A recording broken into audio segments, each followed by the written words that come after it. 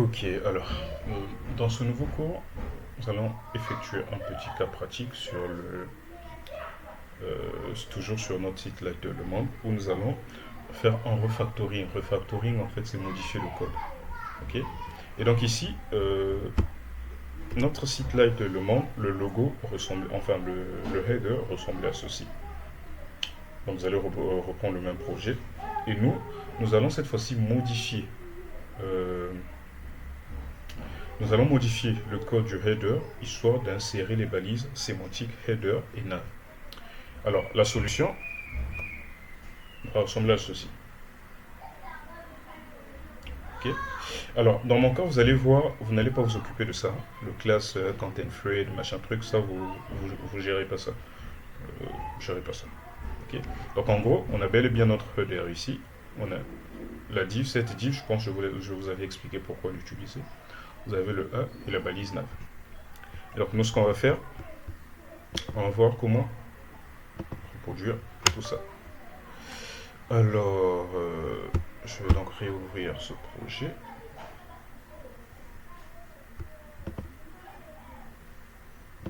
Open with.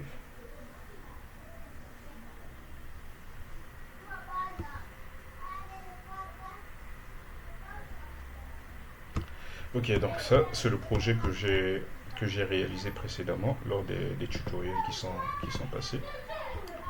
Ok, alors, donc ici, voilà à quoi ressemblait notre site. Et notre header, en fait, voilà, notre header, il est là. Ok, pour l'instant, il y a encore des divisions. Et donc, nous, ce que nous allons faire, nous allons donc incorporer les balises sémantiques. Et donc, on va commencer ici. Je veux simplement changer la div ici et je vais mettre header.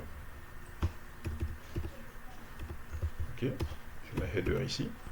Ensuite, alors la div ici, je veux quand même la laisser. Pourquoi? J'espère que vous n'avez pas oublié que c'est cette div qui permet de créer des espacements de part et d'autre.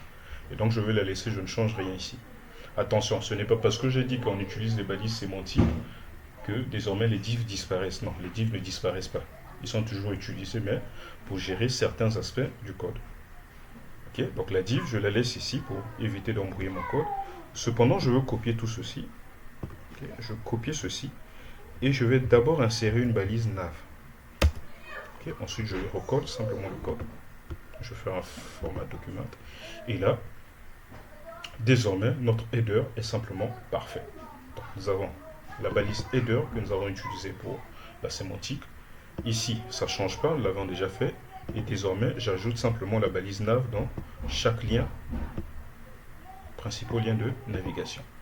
Et donc, on va tester le site pour voir s'il n'a pas bougé notre code. Et là, on se rend compte que le code n'a pas bougé. Alors, il peut arriver dans votre cas que le code bouge, qu'il y ait un petit changement. À ce moment-là, vous devrez adapter votre site, voir un peu ce que vous avez modifié, gérer le changement des balises nav.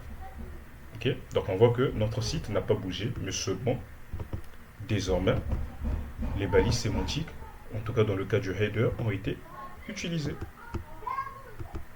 Ok, donc, pour résumer, tout ce qui est header de votre page, désormais, vous allez utiliser la balise header.